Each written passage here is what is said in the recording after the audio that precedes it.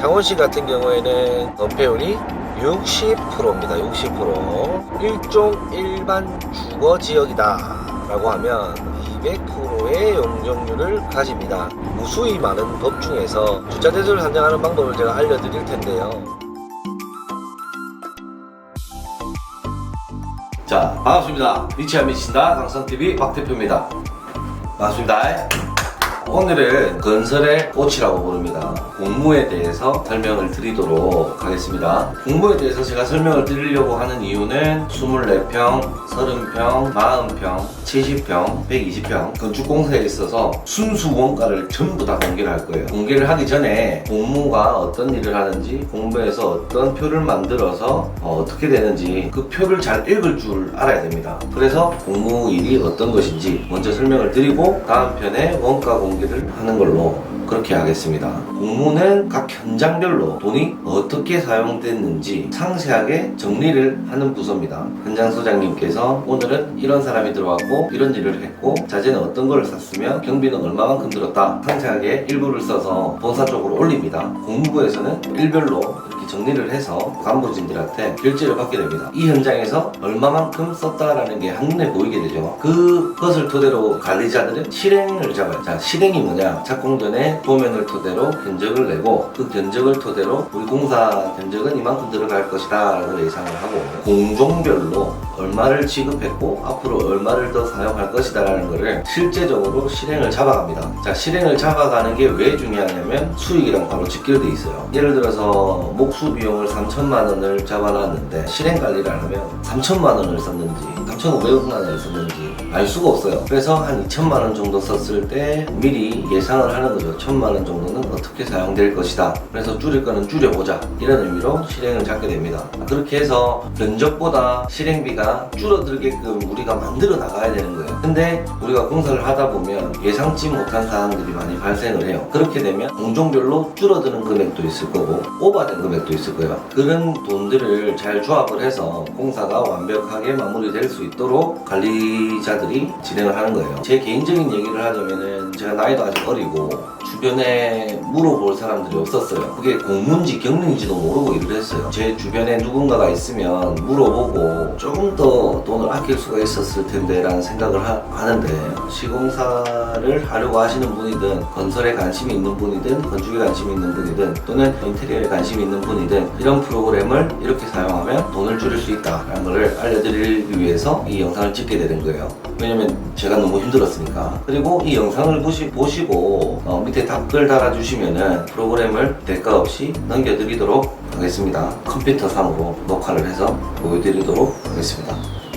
출발. 이게 공무 파일이에요. 공무 파일. 세로로 이렇게 쭉 내려오는 줄 있죠. 읽을 때는 어떻게 읽느냐면 전해까지 실제로 지불한 외주비, 전해까지 실제로 지불한 노무비, 전해까지 실제로 지급한 재료비, 11월에 미납을 제외하고 청구된 금액, 11월에 미납을 포함한 청구된 금액. 자, 이런 식으로 읽는 거예요. 외주비가 있고 노무비가 있고 재료비가 있고 이체 경비, 개인 경비, 카드 경비, 장비대, 관리비 이렇게 나오죠. 이런 모든 내용들을 공무에서 일부를 토대로 정리해서 주게 되면 소장, 이사, 대표이사, 소장 도장이 찍혀져 있다라고 하면은 이렇게 청구되고 이렇게 실제로 지급했다는 걸 사인을 한 거예요. 뭔가 문제가 생길 때 다 책임 소지가 있는 분들이지 막 사인을 하면 안 되겠죠. 정확하게 확인을 해야 되는 거예요. 자, 여기 보면은 뒤에 다 연결이 이렇게 다 돼 있죠. 연결되어 있습니다. 그래서 우리는 여기서 작성을 하면 되는 거예요.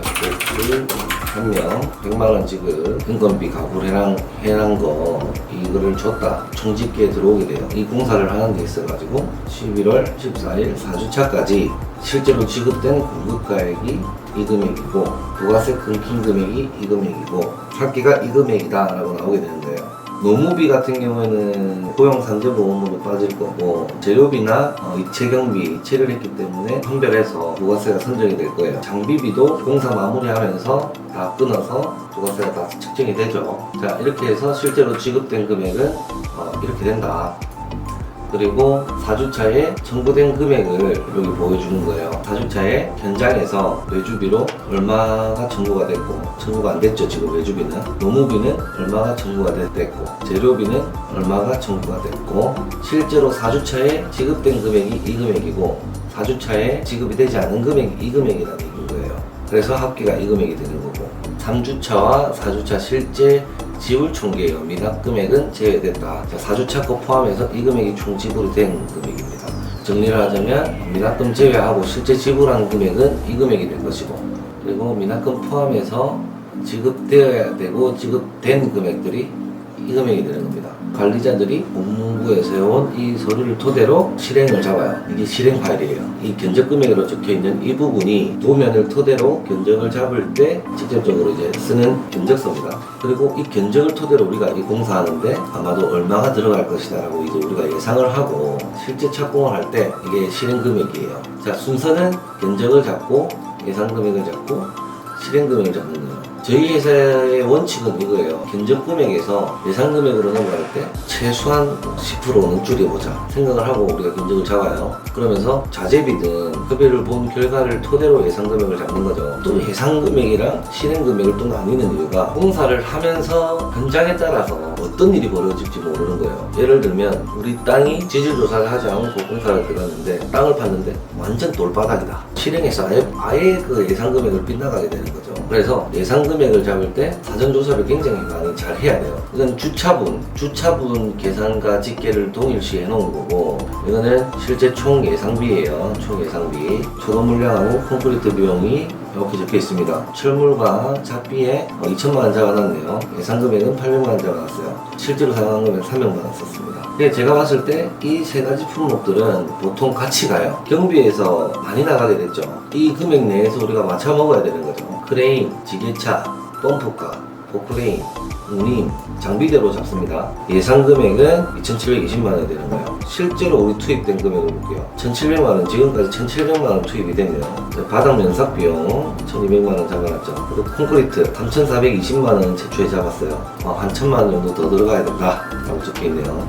단열재 480만원, 근데 350만원으로 잡았어요. 저희가 가지고 있는 물량들이 있기 때문에. 정화조 매설 작업을 하는데 한 650만원 정도 들어갈 것 같다 정리가 돼 있죠. 근데 아직 우리는 일 진행을 하지 않았기 때문에 적어놓은 거는 없습니다. 이 가설자재 유로품 우리가 가설자재를 빌리게 되면 한 2,500만원 들어갈 것이다 라고 예상을 하고 있는데 지금 1,900만원 썼어요. 목자재는 400만원 잡아놨는데 400만원 모자랄 것 같아서 예상할 때 1,000만원 잡았어요. 근데 실행하면서 500만원을 줄였죠. 자, 여기 보면 목수 비용이에요. 목수 비용 5,338만원 잡아놨죠. 근데 지금 5,800만원 잡았죠. 계산해보니까 5,800만원 정도 나올 것 같아서 5,800만원 잡은 거예요. 지금 이렇게 공사를 했을 때 견적 금액은 이 금액이고 예상 금액은 이 금액이고 공사하고 있는 현재 사항은 이거고 현재 사항과 나머지 앞으로의 일을 합했을 때 공사가 이겁니다. 견적은 이 견적으로 나왔는데 우리가 지금 현재까지는 2억 7,700만원을 사용했다. 이 금액 빼기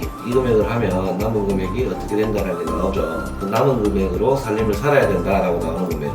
그리고 지금까지 한 공사와 앞으로 해야 될 공사들을 합한 금액이 이 금액인 거예요. 이렇게 해서 이런 실행 예산을 잡게 돼요.